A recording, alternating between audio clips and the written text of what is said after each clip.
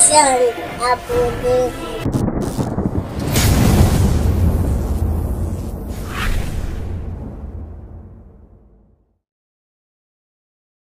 Sango.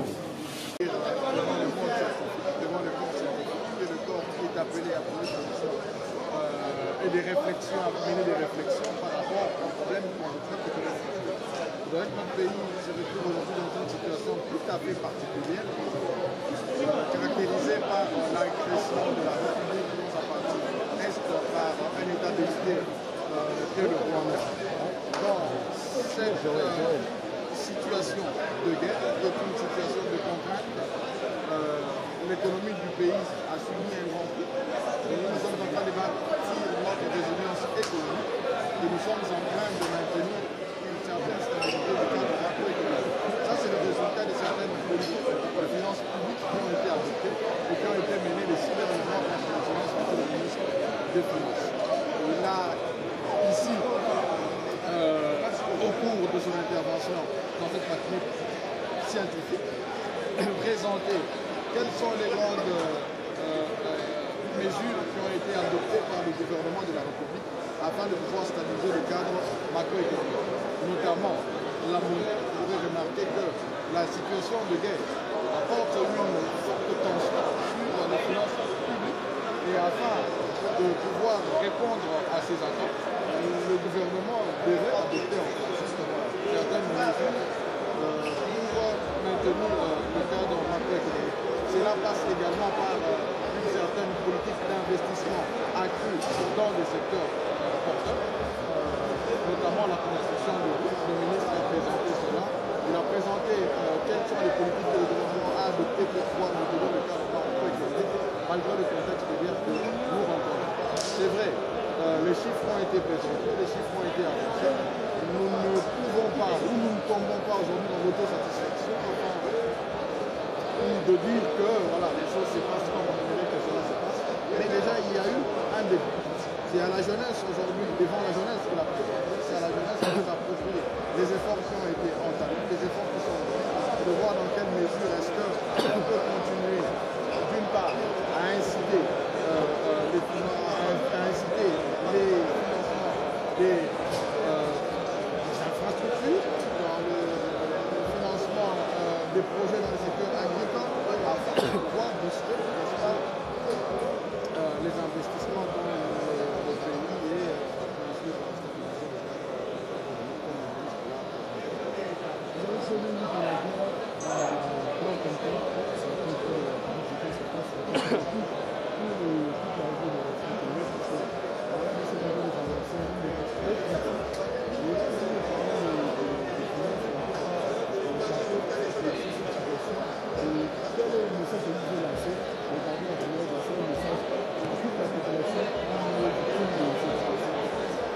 la stabilisation qui est victime des atrocités dans la partie est de notre pays, nous tenons à leur envoyer un message d'espoir. La situation est actuellement compliquée, la situation est difficile parce qu'il y a tout simplement un groupe de personnes animées par un esprit de criminalité accru qui s'évertue à s'aimer la mort, la désolation, le viol et toutes ces autres atrocités que nous ne pouvons pas citer ici. Cette situation fragilise les finances publiques. Cette situation vient ralentir la mobilisation des recettes à travers la République. Cette situation ne permet pas à l'État de pouvoir s'acquitter de toutes ses obligations, notamment la paye des enseignants, des fonctionnaires dans ces parties occupées de la République. Mais toutefois, je crois que le message que nous allons envoyer aujourd'hui à notre qui ont commis la violence sexuelle, à tous ces enfants amputés et à tous ces martyrs que notre pays ne cesse de compter, je vous prie de bien vouloir vous lever et avoir une minute de silence.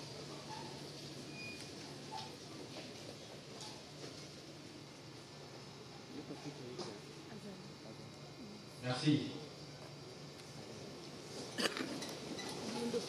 Le Parlement en juin 2024. Lorsque ce gouvernement arrive en fonction, il trouve une situation économique déséquilibrée, telle que nous allons le présenter ici. le gouvernement devrait formuler des politiques économiques pouvant permettre d'agir d'abord de manière conjoncturelle pour faire face aux déséquilibres macroéconomiques qui s'est présenté devant nous. Eh bien, c'est des choix qu'il fallait faire. Pour cette raison, le gouvernement a fait des choix parce que dans son programme d'action, le premier axe, le premier pilier de son programme d'action s'intitule plus de pouvoir d'achat, plus d'emplois pour les populations congolaises. Et parmi les axes prioritaires de ces piliers, nous avons la stabilité du cadre macroéconomique. C'est en ce sens que nous avons mis en place une politique d'ajustement budgétaire que nous allons présenter et partager ici, pas dans l'objectif d'affirmer que c'est la meilleure chose qu'il fallait faire, mais dans le souci de diffuser à la communauté scientifique ce que nous avons pu réaliser et d'espérer une meilleure formulation de ce que nous devons faire pour soutenir une croissance dynamique, inclusive et pro-pauvre. Pendant ces moments de guerre, au mois de juin 2024, nous avons trouvé un déséquilibre macroéconomique caractérisé par une inflation en glissement annuel fin décembre 2023 de l'ordre de 23%, qui a atteint un niveau de 22% au mois de juin 2024. Au cours du premier semestre de l'exercice 2024, la dépréciation de notre monnaie vacillait autour de 4,8%, partant de janvier 2024 jusqu'en juin seulement, chère à la République. Ainsi, l'ossature de ma présentation de ce jour va d'abord commencer par l'aperçu des premières tendances, l'évolution sommaire des principaux indicateurs macroéconomiques, les principaux facteurs explicatifs, les risques ou vulnérabilités et les contraintes, pour terminer sur les perspectives. En ce qui concerne l'aperçu des premières tendances, comme nous l'avons rappelé ici, nous avons aujourd'hui une stabilité relative du cadre macroéconomique en dépit de la situation sécuritaire et du choc que nous subissons de cette situation. La stabilité relative du taux d'échange depuis la fin du mois de juin 2024 à ce jour, comme vous pouvez le constater. La décélération du rythme de formation des prix intérieures, situant l'inflation cumulée au 31 mars 2025 à 2,3%, contre plus de 4% pour la même période en 2024. Nous avons pu imprimer une rigueur dans la gestion pour améliorer à la fois la qualité de nos dépenses, mais aussi respecter les procédures en matière d'exécution des dépenses. En ce qui concerne l'indicateur croissance économique, lorsque notre gouvernement est investi en juin 2024, les projections de la croissance situées cet indicateur a plus de 4,7%. Au cours de l'exercice 2024, avec le concours de nos partenaires du Fonds monétaire international, nous sommes arrivés à la conclusion que le taux de croissance a atteint plus de 6%. Ce taux de croissance de 6%, selon le Fonds monétaire international, on pourrait dire, est challengé par les experts du comité du cadrage macroéconomique et de l'INES qui ont travaillé et qui ont annoncé au Fonds monétaire international une croissance économique de l'ordre de plus de 7,9%, chiffres qui devront être validés et passer sous revue lors de la prochaine discussion avec nos partenaires du Fonds monétaire international. Et lorsque vous regardez la composition et l'évolution de la croissance économique hors secteur minier, parce que tous nous savons que l'essentiel de notre croissance économique est tiré par le secteur des industries extractives, faisant de notre économie une économie qui est tournée vers l'extérieur également, mais avec les challenges que tous nous connaissons, sans aucune valeur ajoutée. C'est pour cette raison d'ailleurs qu'il y a une dichotomie entre l'évolution du PIB et le PIB par habitant. La pauvreté ne cesse d'accroître dans notre pays, alors qu'aujourd'hui, si nous devons parler de l'économie réelle et de la production, nous avons produit en 2024 plus de 3 millions de tonnes de cathodes de cuivre, dépassant ainsi le Chili. Alors, qu'est-ce qui ne change pas? C'est, entre autres, pour ces raisons, que nous sommes ici, à l'Université de Kinshasa, pour inciter à la réflexion pour que l'université soit des milliers de propositions pouvant aider le gouvernement à répondre à des défis qui sont identifiés. Parlant de la croissance hors industrie extractive, pour l'exercice 2024, elle se situe à 3,2%. L'inflation, j'ai abordé en introduction, située à plus de 2,3% en cumul annuel et en glissement annuel à 10,1%. Nous avons rappelé qu'en juin 2024, l'inflation en glissement annuel était de l'ordre de plus de 22% et qu'en fin décembre 2023, nous étions à 23%.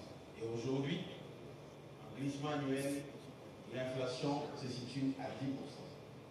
Nous avons pu constater dès lors une forte décélération du rythme de formation des prix intérieures que nous allons tenter d'expliquer dans la partie qui va suivre cet exposé. Si nous voulons comparer, et il y a une courbe qui en dit long, vous pouvez constater que les chiffres ne mentent pas, que nous sommes au niveau de 10,4%. Mais est-ce que c'est l'idéal pour une économie comme la nôtre? Nous disons non. Il y a beaucoup d'efforts encore à fournir pour maintenir notre pays dans une situation d'équilibre macroéconomique. Nous pouvons comparer les niveaux de l'inflation avec les autres pays. Nous allons simplement retenir le Ghana, qui a terminé l'exercice 2024 avec 22%, alors que nous sommes dans une période de guerre.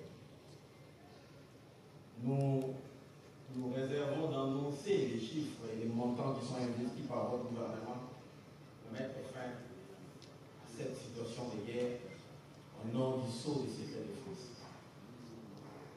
Mais nous pouvons garantir à la communauté scientifique que jamais de toute ma petite carrière et modeste de fonctionnaire de l'État à l'administration des finances où je travaille depuis 2010, je n'ai jamais vu une pareille tension de trésorerie s'exercer sur les finances. Moi-même, j'étais un ancien de la direction du Trésor en charge de l'élaboration et du suivi de l'exécution du plan de trésorerie de l'État. Mais alors, jamais. Nous avons commencé par rationaliser la dépense publique.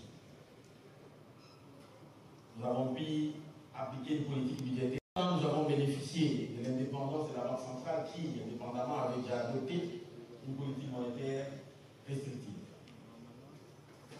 Nous avons réinstauré une meilleure coordination entre la Banque centrale et le gouvernement. Nous avons pris la méthode d'utiliser une meilleure gestion de la trésorerie à l'aide du plan de trésorerie de l'État qui, autrefois, était comme un instrument qui servait à constater les dégâts. Ça veut dire on exécute les opérations financières de l'État. À la fin, on constate les dégâts en relation de la liquidité bancaire. et nous avons réinstitué des réunions de troïka politique à l'issue desquelles nous arbitrons ensemble avec la Banque centrale, chacun dans ses compétences et gardant son indépendance, pour nous rassurer que les dépenses que l'État effectue ne vont pas perturber la stabilité du cadre macroéconomique. Par exemple, parmi les causes que nous avons pu identifier, et ça je pourrais rejoindre et peut-être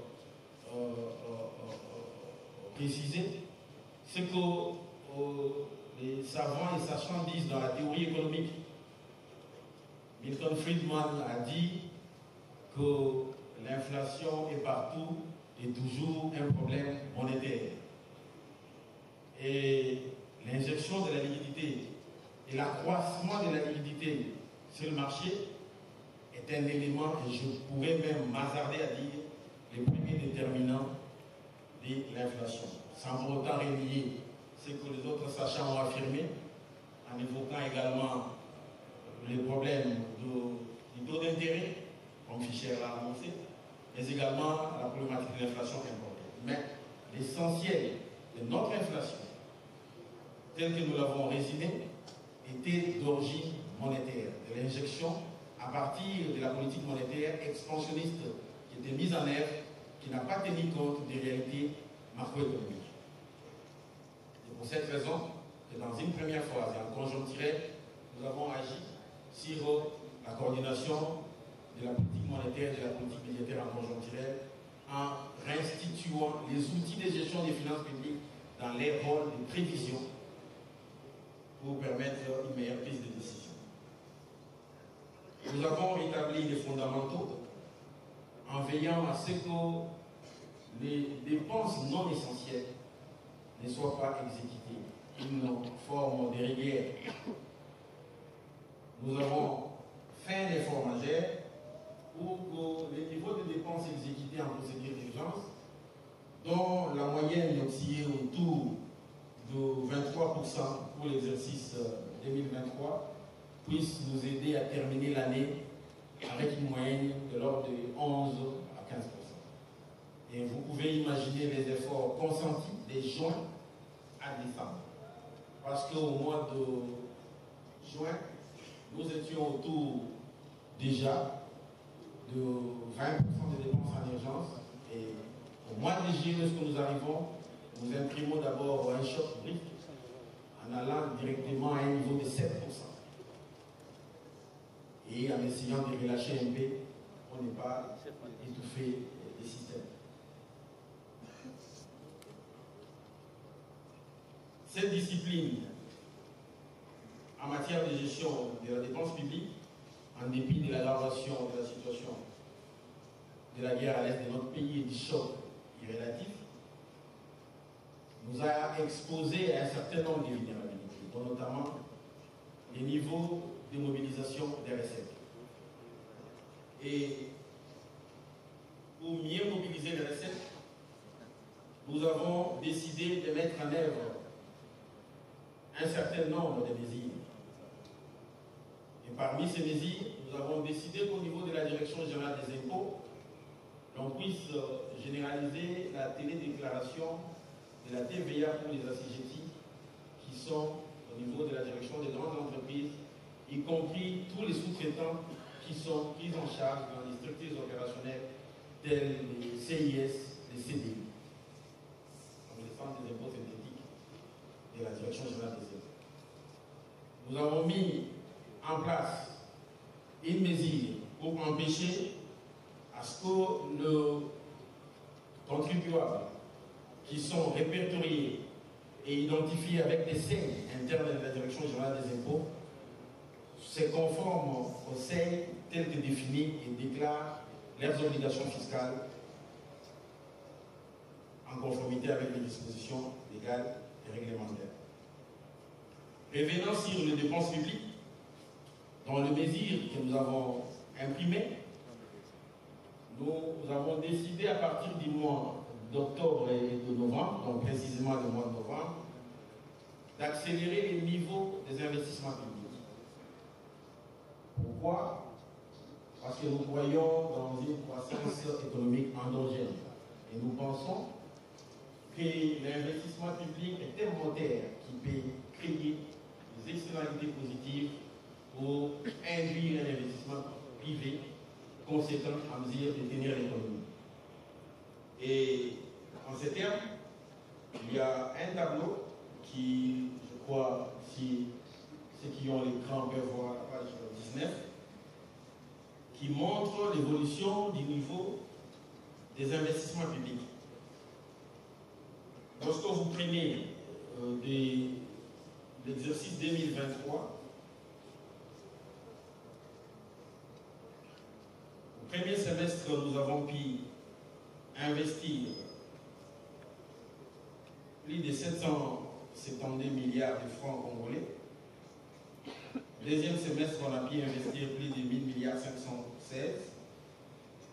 Le total, c'est autour de 2000 milliards 200. Environ 700 millions de dollars d'investissement public pour 2023. En 2024,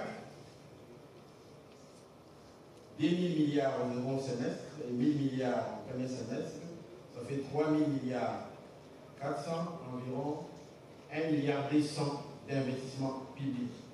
Donc plus de 500 millions d'investissements supplémentaires comparativement à l'exercice 2023. Et encore, en les modes de financement des déficits. Et nous avons respecté la loi en s'interdisant une monétisation du financement de nos déficits, en recourant au marché des titres. Nous avons pu démontrer qu'au début, c'était 40% des titres qui représentaient les obligations, 60% qui représentaient les bons de trésor. La difficulté, c'est laquelle? Parce que lorsque vous avez beaucoup de titres de court terme, vous mettez de la pression et vous encourez un risque de refinancement. Ce que nous ne devrions pas avoir dans notre économie, ça va inciter à trouver d'autres solutions qui pourraient être pires. C'est comme ça que nous nous sommes interdits cela et nous avons veillé à cette cohérence d'action en termes de politique budgétaire du gouvernement. Et nous avons émis des bons et obligations du Trésor et généralement des obligations au titre de 93% de tous les titres qui ont été émis, ce qui a permis de couvrir les différents déficits et maintenir la stabilité du cadre macroéconomique. Oui, certaines théories académiques ou théories économiques pourraient postuler en disant que vous allez créer l'effet d'éviction, que les mondes privés ne pourraient pas avoir accès au crédit pour investir et soutenir la croissance.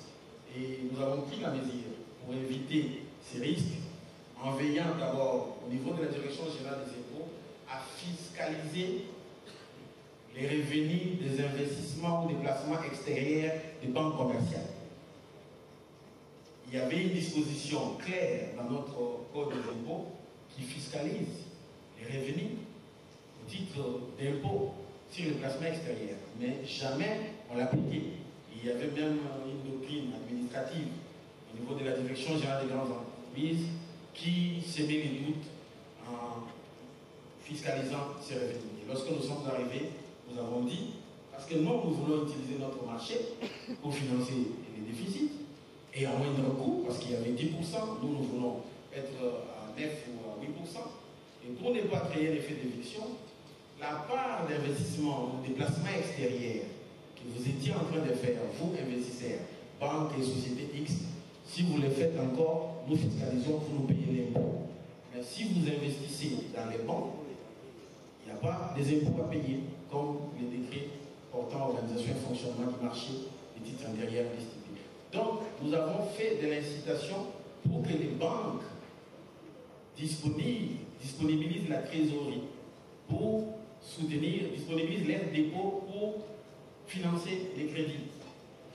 Et aujourd'hui, l'ajustement budgétaire, c'est comment nous faisons, en tenant compte du choc sécuritaire, comment nous le faisons.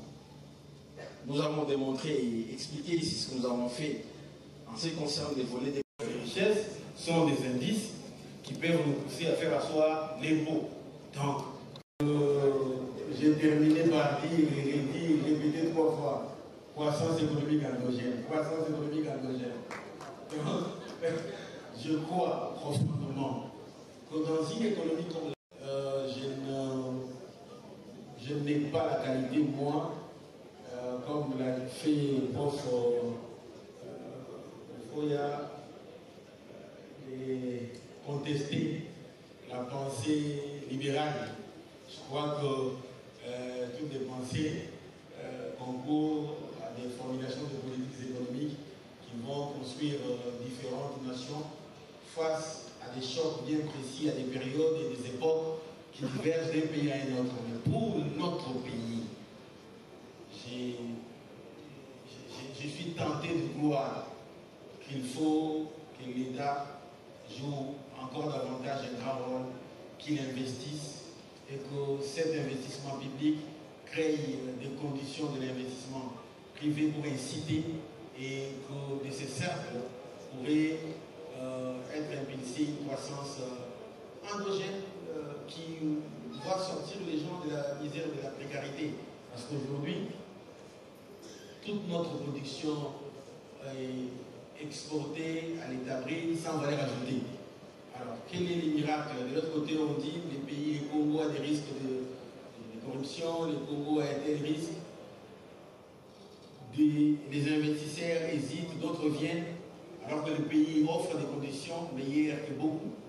Et dans ce contexte, l'État et l'État.